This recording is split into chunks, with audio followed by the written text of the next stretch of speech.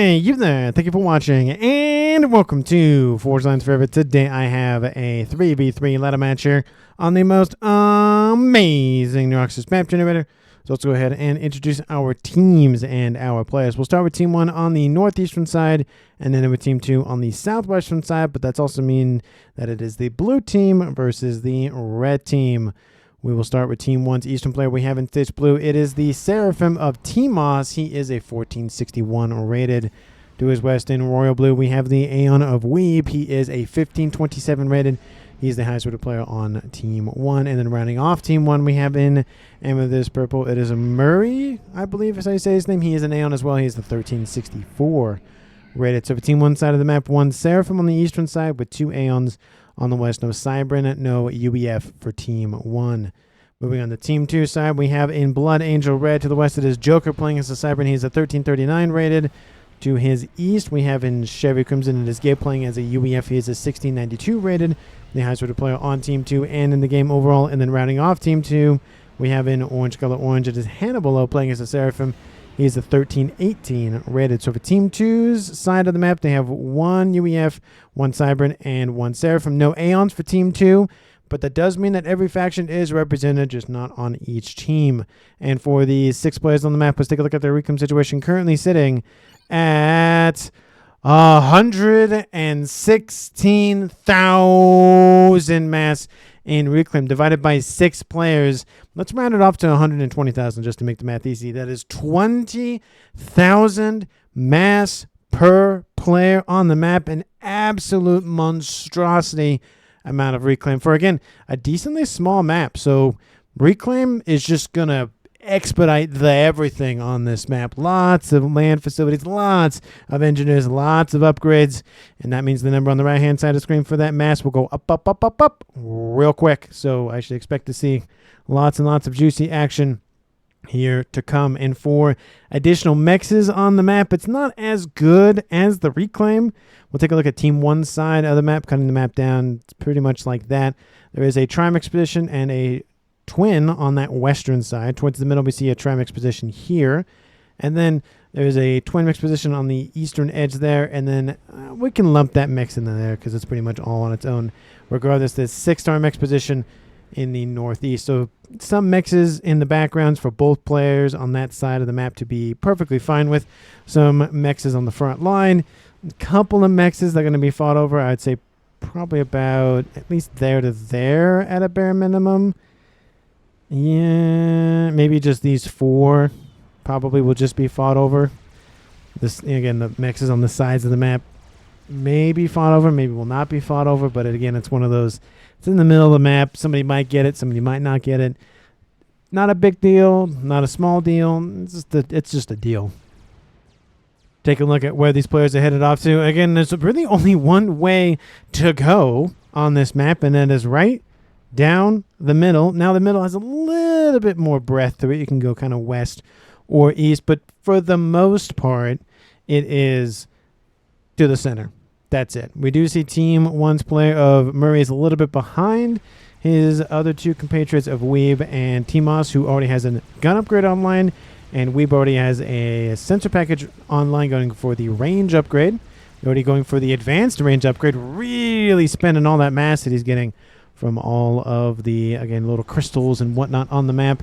We do see gun upgrade started for Jokr. No upgrades yet for Hannibalo or Gib yet. But again, given the fact that there's going to be a lot of mass coming into these coffers, I would expect, again, players to be spending as much as they can. I'm just going to take a very quick look. You see Murray almost full on his bar, almost full on, TMoS's bar. We have Jokr, and we have Gib. And pretty much a lot of players are about halfway or so in the mass bar department. Probably a lot of mass storage is just going to be built almost immediately just to spend and store all of that mass. A couple of units do make it to the eastern side here for Team 2's Gib. They're going to kill off this T2 mix. There's a facility building T1 bombers. Yeah, it is a T2 air facility being T1 bombers. We do see some Aurora inbound. They are going to kill off a T2 mix. Not a big deal. It is annoying, but it's not a big deal. It's super isolated again. So realistically, those forces weren't going to get much done after that anyways. But, that's 6 mass a second that Team 2 is denying for now. Not going to last for long, but, it's better than nothing. Nano repair started for TMoS after his gun upgrade. Gun upgrade started for Hannibalo. T2 upgrade started for Gib. No combi-com action yet. We still see that Murray is back here, so it's still a 2v1 Chrono Dampener. Started here for Weeb. Again, he has advanced range now online. I don't even know if I have a, name for that set of upgrades. I mean, Intelligence Commander with EMP? The EMP Intelligence Commander? I'll come up with something. But he is going for that Chrono. We don't really see it as much. Mainly it's shield upgrades for the Aeons for their chest plate upgrade. But, once in a while we see something different. T2 upgrade still progressing here for Gib. In terms of eco, we already see both teams, getting closer to that 300. Team 1 has fallen behind a little bit. It's about 240 to 290-ish. We do see a transport is inbound. Again, same kind of thing, dropping units onto the other side of the map. I would assume AA is going to be built here shortly, which they try to build it a little bit too late to build it. And the units land and then immediately get reclaimed by the engineers. And those Aurora already did the deal with that as well. So one little Lobo tries to hide behind a crystal and gets denied. Nano repair started here for Jokr. He has stealth online. Gib is done with that T2 upgrade. Nano repair is almost done. Here comes that Chrono Dampener from Team 1's Weeb. It will EMP all the units except for the comms. That's going to be unfortunate for Team 2. The upgrade is done. And there goes the pulse. EMPs those initial Mantis units. I don't believe you can EMP air units unless maybe they're actually sitting on the ground. I don't think you can EMP those units otherwise. We do see a couple of Rhinos over here dealing with a couple of just Team 1 awards just hanging out over there. Nothing really too system critical there for either team, but maybe a run by opportunity. Again, the Chrono Dampener is going to maybe help out with this engagement. He just needs to get there soon enough, which it looks like he might get to the tail end of it that they're trying to get probably on the edge right here. They do cut straight east, so we should be able to catch up to those. And the units actually pull southward anyways to engage. The further from the middle of the comm, or the middle of the circle, the less the EMP lasts. So again, it's one of those you want to be up close and personal, but you don't really want to be up close and personal. So none of this, is it smart? Maybe. Is it not smart? Maybe not. Missile kills off. A nice little T2 mechs for Team 2. T3 mechs on the front line. A lot of other mechs is still waiting to be upgraded, but again, I mean, he's right there. He had engineers. Might as well spend that mass. Just get eco into his veins as quickly as possible. Another missile inbound. Looks like got killed off by a zapper, I would imagine. Yep, a couple of zappers down there. We see some radars being built now on that western side. The comm is inbound. He is going to lead this attack again with the EMP weapon system. Very, very nice to be able to go after more and more units, get some more veterancy for himself. And as of right now, it's still T2 phase for the most part for Team 2. We probably will see T3 units appear here shortly. T3 air is online in the air department, and T2 air is also online. And he's going for the Sparkies. Gotta love those engineers that just equip a little tiny little Gatling gun on one of their arms. Again, it's a nice little unique unit for the UEF. Air grid expansion here started for Team 1's Murray to the north. He has T2 upgrade online. We see T3 land done, and T3 land done, of course, over there as well. Not even 14 minutes on the clock. We're seeing T3 units starting to be the main stage. Not the main stage as of yet. We still see a bulk of T2, but it's starting to surpass and replace those T2s. And looks like maybe combi-com action going to occur here between Jokr and TMoS. Mainly Team 1 force from TMoS. We do see he is coming up with a couple of Ilshis as well. And I don't see anything much besides the Ilshis. Do we have any Autumns inbound? Not just yet.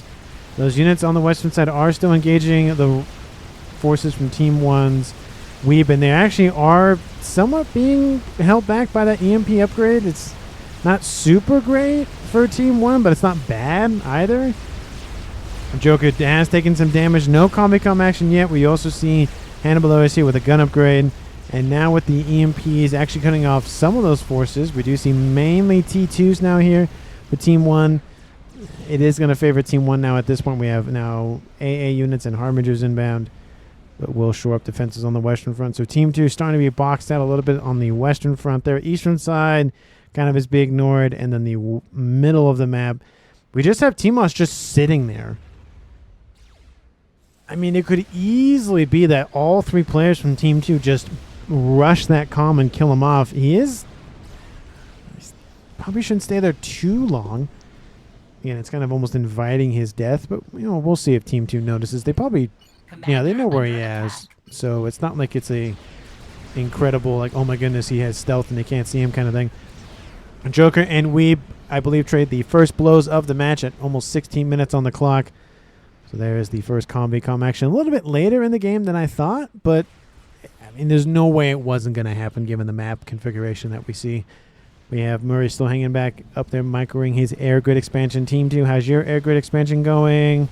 He's building it over here instead of a little bit there. Again, a little bit more room to breathe and actually expand out a little bit further out than Team 1's position. Jokr is, again, still taking damage. You cannot EMP the comm. We have bricks inbound. I don't believe... you can EMP the bricks, though. Whoa! There's that overcharge. Doing a nice little hook maneuver there. Hannibalo not looking too great. Again, it is gun versus gun and nano for Team 1's TMoS. And here comes the other player from Weeb starting to push into Jokr.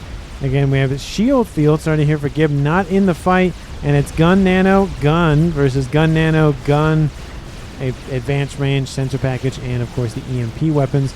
We have some Percy's here. Again, TMoS, even though he has nano, needs to be careful of these. Same thing goes for Weeb. If he strays too far east a little bit, those nice little Percy's can just walk up and go blap and then kill him off almost immediately. We might even see a trade here. Jokr going after Weeb's comm. We split the bricks and his own comm. TMoS drops into the yellow, probably back into the green here very shortly with 88 hit points a second regen. Percy's are hanging back for now. Team 1's comm's trying to, again, act as a nice little buffer between their own units and Team 2's commanders. Another missile is inbound. There's no way it hits that comm, but it looks like it's going to go for that T2 mech. And, oh, no, it does not shoot the missile down in time. And that is a nice 9 mass a second. That is denied for Team 2. Another missile is inbound. This should be, yep, shot down pretty gosh darn quickly. Nano started for Hannibalo now in the middle. Shield field is online. He's going to put his Percy's under there with some parashield assisting him as well. Benefit of the shield field, of course, it has greater regen capabilities. And, of course, it is a bubble shield versus the personal shield that has more individual capacity because it is a personal shield. But, of course, it takes longer to regen. Not only time, but its actual regen per second is halved. It's at 30 instead of 60. So, again, there's advantages to the shield field. I'm not a fan of it, especially towards later in the game. But right now, it's not too bad. Like I said, you can. It's like a parashield, except a little bit bigger and a little bit stronger. That's pretty much it. Just a smidgen bigger, I think. Yeah, just a little bit bigger. Yeah. In terms of eco, both teams are progressing really, really nicely. Again, only 20 minutes on the clock, and in a 3v3, we have 800 to 700. Team 1 is in favor for that. ARAS started here for Murel. Going to just inject into both arms all that mass income. And we might see Weeb fall back and go for his ARAS. We might even see TMoS do the same exact thing. Hannibalo might switch to that later. He is going for nano now, but I mean, he could easily fall back and focus a little bit more on air. We have 2 Omnis for Team 2, and we have none for Team 1. I feel like that's a huge oversight. Radar. Those are all Team 1 radars. Another Team 1. Yeah, no T2 at all for... Ooh, that's... Team 2, if they notice that, might exploit that. Just send in some cloaking units to come say hi, specifically looking at you, Jokr, which is 1 upgrade away from doing that. Granted, spy planes do exist, so it's not necessarily an all, going to be sneaky, but, it can make the difference. Percy's and bricks, I love the combo. Of course, any unit grouped with the Percy, I think, is the best combo, because Percy's the best D3 unit. But here comes Weeb, again, pushing in with the, again, that EMP weapon comm. It's helping out a little bit. There's a lot of shots from those Percy's. He has to be careful and get out of there. We have an attack on the western side. A lot of Team 1 Medusa, but not a lot of, again, stronger units. It is distracting at a bare minimum. Weeb is taking some shots. He has some additional optims inbound from his teammate of TMoS or TMoS. We have Jokr ripping apart any unit that comes off the assembly line. That frontline facility set is not going to look good here shortly. T3 Mex is going to die, and it's some amount of mass. It's not the full 27, but 18 is still a chunk of mass to have. It's not 12,000 mass a second. Nobody built a Paragon. At least that'd be a crazy fast Paragon. And now that front line looking a little bit more exposed for Team 1. A little bit. Ooh. Looks like it's been spotted by Team 2, though. No. They have some sort of radar signature. They have no idea what it is, though. 3 missiles built. I wonder, is that within range of anything big and exciting? T3 land headquarters, maybe. They do get eyes on it. Team 2 does, so they're more than aware of what's there.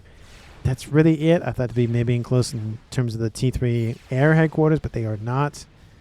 We have we also have a GC inbound from Team 1's Weeb. That's not looking good for Team 2. Those comms, if they didn't notice already, which they do, are pulling back.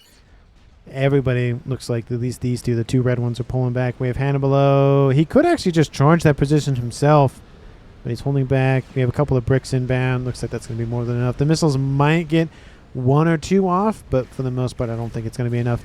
A couple of Perseus in the middle of the map going after that. GC, I don't know if it's enough. It's going to hurt, but with the Authams inbound, it's not going to be enough. You need like 2 dozen or so to really rip apart those GCs. And all those units are dead, and that's a little bit of reclaim for Team 2. Doesn't look like any missile got fired, at least that as I could tell. Transport picks up the comm of Gib and gets out of there. Gets him, again, a little bit more distance away. He probably would have been able to escape on land anyways, but just to be sure, gets out of there. Team 2 does look like they're doing well with their ASFs. It's at 100 almost. It is at 100. And then Murray is at 79. It's a little bit behind, but again, honestly, not a big deal. We have Team 1 bombers inbound. Looks like a little bit of an air fight. Actually, the air fight might ensue, actually. Looks like spurred on by the Team 1 bombers from Team 2. It looked like Team 2 kind of was not even expecting it. So maybe that's when Team 1's like, oh, that's a good idea. But it looks like for the most part, Team 2's going to win that fight very handedly, to be honest. Again, it was about 80 to 100, so 4 to 5 advantage. Nothing too big, but again, makes it like a bandit. 75 to essentially 0.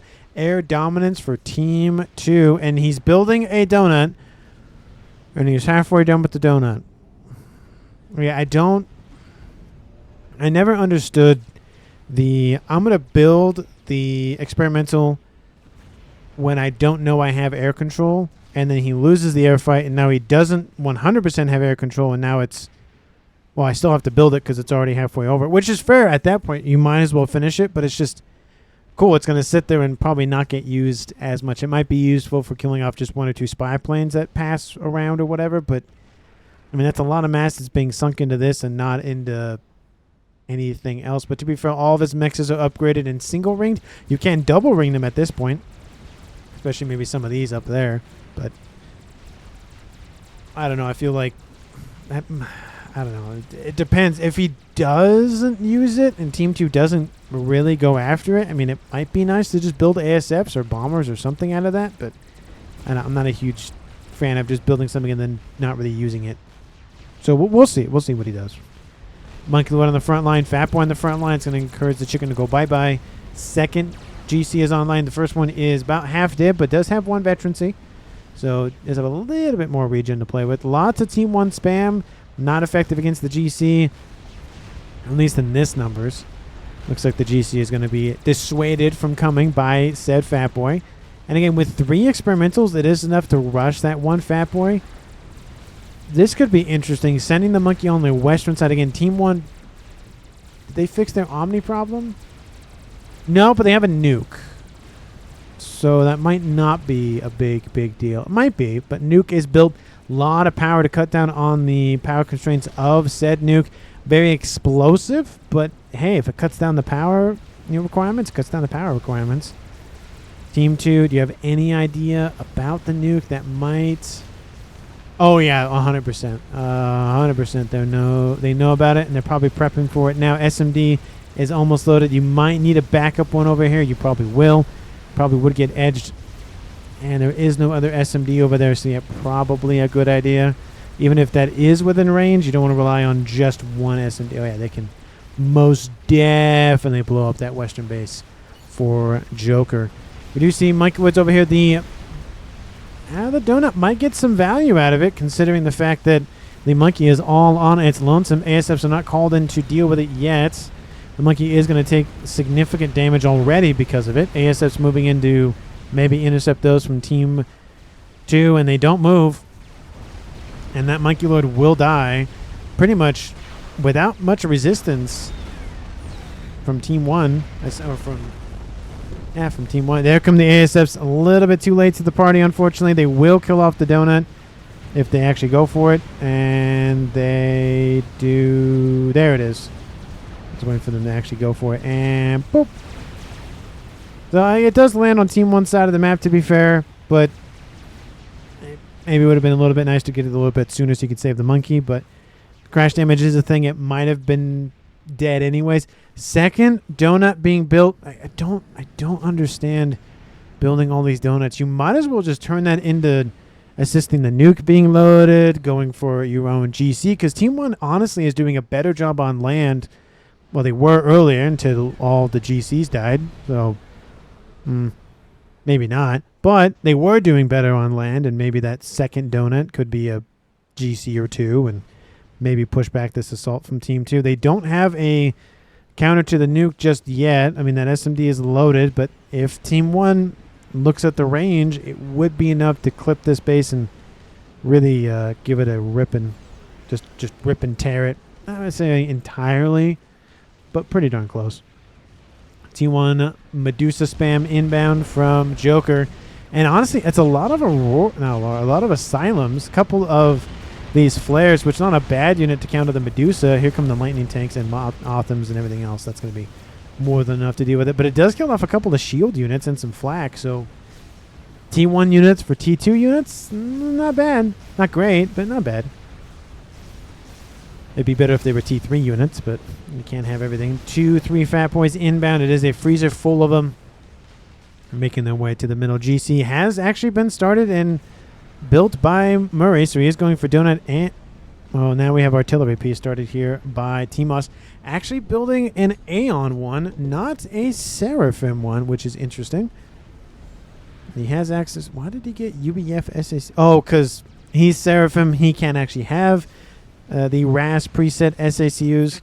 You can have it as a Phantom or in an innocent in the Phantom games, but not in regular ladders or customs or whatnot.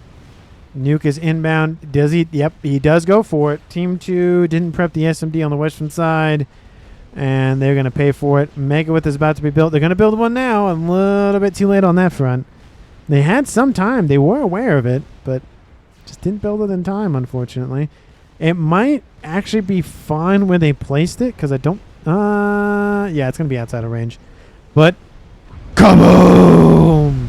T3 land headquarters. 5 mexers are dead. That is going to hurt Team 2's eco, and now it's 1.3 to 1,000 mass a second. The Fat Boys are starting to coagulate a little bit more than Team 1 probably would like. They probably prefer none of them, but they'd probably prefer 1 over 3 or 2 over 3. And we do see some engineers. They probably will reclaim the majority of the reclaim from that Zarek. They're actually shooting over them. Oh, okay, now they're shooting at them. And maybe they'll get... They got most of it. There's not much left, but about 1,000. Some of that will be damaged and actually dropped a little bit even more because of the damage to the actual reclaim itself. We have a couple of missiles inbound. Those Fat Boys aren't moving. That actually might... Great little missile snipe from Team 1. And he moves a little bit. Not enough. One more missile will seal the deal. Is that going to be it? It is. He backs up right into it. And that person on the back is like, that didn't feel good. And are they going to get the wreckage? Yes, they will. Some nice grab there as well. Not only kills off the Fat Boy, but kills off the reclaim as well. How's that second nuke going?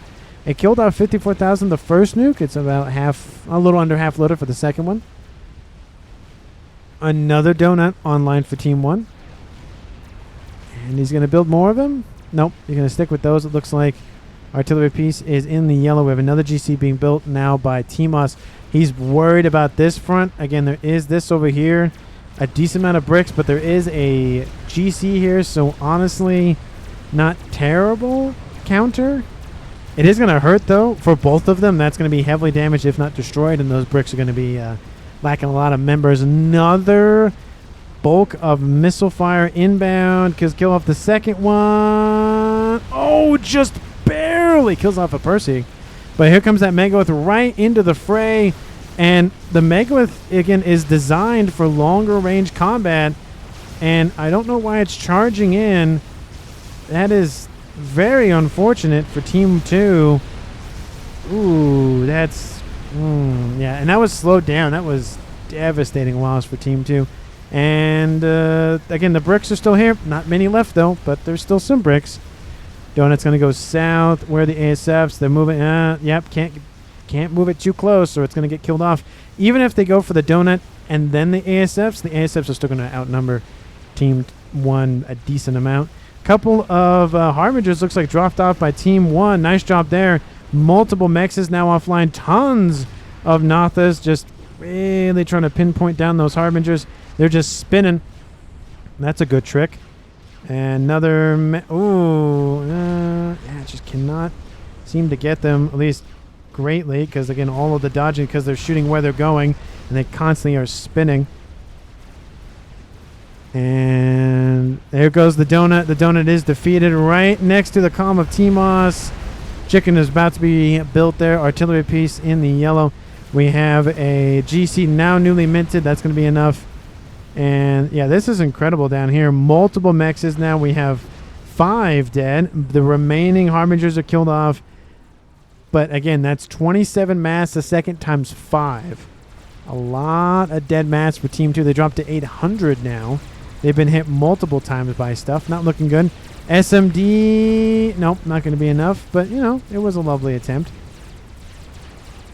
Team 2 could maybe go for their own nuke. And they're definitely going to be worried about attacks via this route. I wonder if they got dropped off here and walked. Yep. They got dropped off here and just walked. So it's actually 7 mexes dead. Not 5. And that eastern attack does get thinned out quite nicely, though, by Team 1's defenses. So nothing terribly lost for Team 1 and for Team 2. But, again, it's going to come down to what they decide to do longer term. It is 33 minutes on the clock, so let me know down in the comments who you think is going to currently win. Of course, if you haven't, because why not at this point hit the like button and subscribe to the channel if I can talk correctly. And those Autumns, those Noth is going to get absolutely just destroying those Harbingers. A couple of Percys being built to deal with that, but Fat Boy was there, Nothas were there, so more than enough to deal with just a few Harbingers. But again, thank you so much for watching. I really do appreciate it. And I know these ladder matches may not get as much attention as other matches, but hey, you know, for those of you who like these matches, I'm glad you do. For those of you who don't, sorry I can't dissuade you, but hopefully maybe this video will. Who knows? Opinions can change, of course. And that opinion won't change of the UEF doing UEF things, which is the Novak satellite being built. Strat bombers flying. That is a lot. That's a lot of strat bombers. I wonder what that target is. There is some T2PD there. There's some Redeemers there as well. They could easily they actually might be able to kill off Weeb at the same time. They know where the nuke is. They have some Nothas as well to act as some additional firepower. They could rush that immediately. They're not going to do Nothas first. Oh, no, don't do Nothas. I know the idea, but if you go with the bombers, you would secure it. That's I don't know if they're going to go for the SMD or not. I mean, again, there is some AA from those missiles from the Tsar. Here comes the... Yep, they are targeting the SMD. Shields are not going to be taken out. Here comes the Donut. They're going to kill off the Donuts right there and the remaining ASS from Team 1. This might be a prelude to the attack with the Strats. They're not moving yet. Maybe they wanted the Lazar to land on top of the nuke. That'd be pretty funny, but didn't happen. Artillery is done for Team 1. I don't see anything else bigger being built yet. Shields being built as well. I would assume AA is going to be built a little bit more around that thing. Here comes the ASFs and the bombers. Well, unfortunately for Team 1, it's not going to be enough to stop the bombers. It's, what, 4 shields? 2 shields plus the comm. Nuke is inbound. I mean, they know it's coming. I wonder if they're going to go for the comm or the nuke. They're going to go for the comm. No. They went all for the... I mean, if you have a nuke, that's one thing, which you do. And then the nuke is going to land, and then they're just going to kill it off anyways with the strats. Why waste the nuke when you already have the strats there? There goes that little nuke. Not enclosure. What's the structure? Here comes the nuke. Kaboom! Wipes out a set of stuff on the front line. Nothing too crazy. Nuke structure. Nuke complex. Ah, that's the word I was looking for. Nuke is inbound. It's going to nuke the western side. T1 PD, T2 PD, and a little bit of some landing craft are inbound. I mean, yeah, it's not bad. Given that the SMD is here, it would have been better to put it here. But there's 3 SMDs now on the eastern side. Most of this base for Weeb is out of commission. He still has his headquarters. They're going to kill off more eco for him, really starve him of mass. And he's at he's at 200 right now. Kaboom, kills off some transports, the other facilities there. And now he's down to 122. So about half of his mass is now gone. So not great. Team 2. I thought they were building a YOLO because every time I see that, T3 PGen being built, I'm like, that's a YOLO. But no, it's not. SMDs being targeted by Team 1's artillery piece. 1 satellite still is the only one staying online as of yet. SMD being shielded just in case. I mean, it should be shielded anyways, but, even more so. The Fat Boys have been stationary, allowing the missiles to target them. And honestly, you don't really need the missiles because the GC is going to get it. But the GC, honestly, got assisted by the missiles. So it's almost like, hey, we've ensured the kill on the everything from Team 2 because of the missiles. Now, the second Fat Boy, that's a different story. But the first one, they got that one. Now, the first one is replaced with the third one. With the fourth one? Whatever number it is. Usually I just go with whatever's alive currently. Is 1, 2, 3 sort of thing. If I remember which is which. Decent amount of shielding. SMD. Well, the stealth field's not going to help anymore, but it was helping. T3 mix is not exposed, so there's that. There's a T3 air headquarters that could be targeted by Team 2. We have SMDs being built there. Lots of SMDs. Of course, Team 2 is aware of the nuke from... Or Team 1 is aware of the nuke from Team 2. So, honestly, it's just going to come down to... Keep thinking that's YOLO. Not a YOLO. The 1 artillery piece isn't going to be enough. The 1 nuke from Team 2 isn't going to be enough. The air has been favoring Team 2 for a while now. They've been able to actually inflict decent amount of damage to Team 1. Main base is essentially offline with everything in it. And more T2 PD. As again, they are going to build a second one. I think you can fit a T3 PGen there. I would imagine you can. The only problem I have with that... you can't. Nope. Can't put it there. So, even if you could, I have a problem with it being next to that mass fab, and it's just a cascade literally waiting to happen. You can't even put it there. You can put it here. You get 2 out of the 4 isn't bad. Gotta build another donut. What? I mean, I get the donut is a great unit. I mean, I'm not knocking the donut. It's an air experimental for a team that doesn't have air. Or a lot of air. Or as much air as they probably should have to use it. Anyway, I just don't know. I'm not in huge favor of that. Chunk of the air grid here for Team 2 is not looking too great. Nuke is exposed because it just doesn't have a shield over it. So that's a little concerning for Team 2. Does TMoS know that? No. They could target it, though. Could go after the headquarters. And again, it isn't shielded. And the shields are not holding that well. Some of them are being assisted, but again, needs just a little bit more, just a couple more shielding. And hits. That one is holding, but it's just not looking good for Team 2.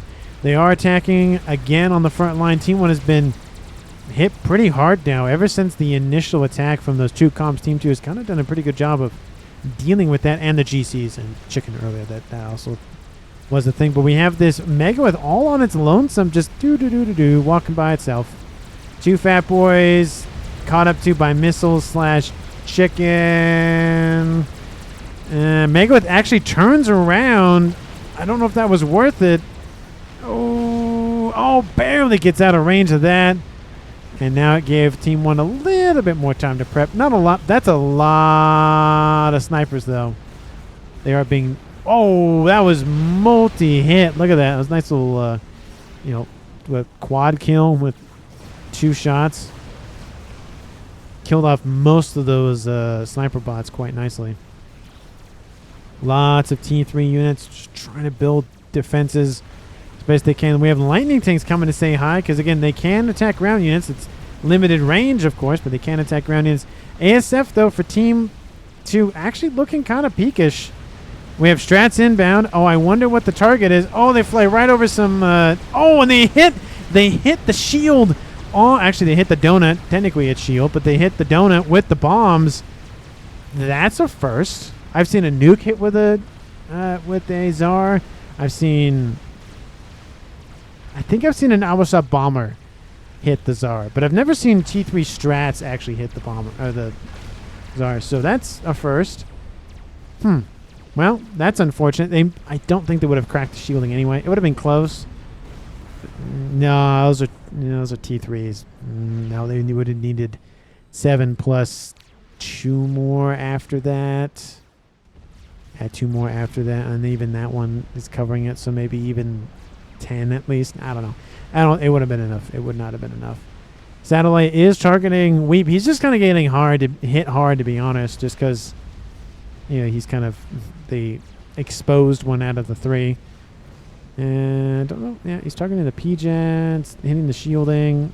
It's not terrible for Team 1. We do see Fat Boy's going to be killed off. Not a lot of AA here for Team 2. They're relying on the ASFs to do the majority of that work. We have more AA being built all the time. We have some flak here as well. Killed off those same poor mexes. They have been nuked once. They have been shot at multiple times by Team 1. We have a nuke inbound from Team 2. There is still not a shield on that nuke. I don't know if it's a crime for Team 2 to not have a shield at this point, or for Team 1 to not target the thing that doesn't have a shield. I think Team 1... it's a little bit of both, but I feel like at this point, Team 1 should have targeted the nuke that doesn't have a shield. SMD is not going to be loaded in time, and he, again, restarted again. Kaboom! Just, nope. You just cannot get something going. A little bit of base on the western side. It's not going to do a whole lot. Again, it's kind of to the side, and it's actually not even passable to get there, honestly. That terrain is too rough, so nothing too bad. We'll re-secure those mexes for Team 1. It'll take a little bit to rebuild those, but it's better than nothing, I guess. 44 minutes on the clock. Second artillery piece is online. Honestly, Team 1 is turtled faster than Team 2 did.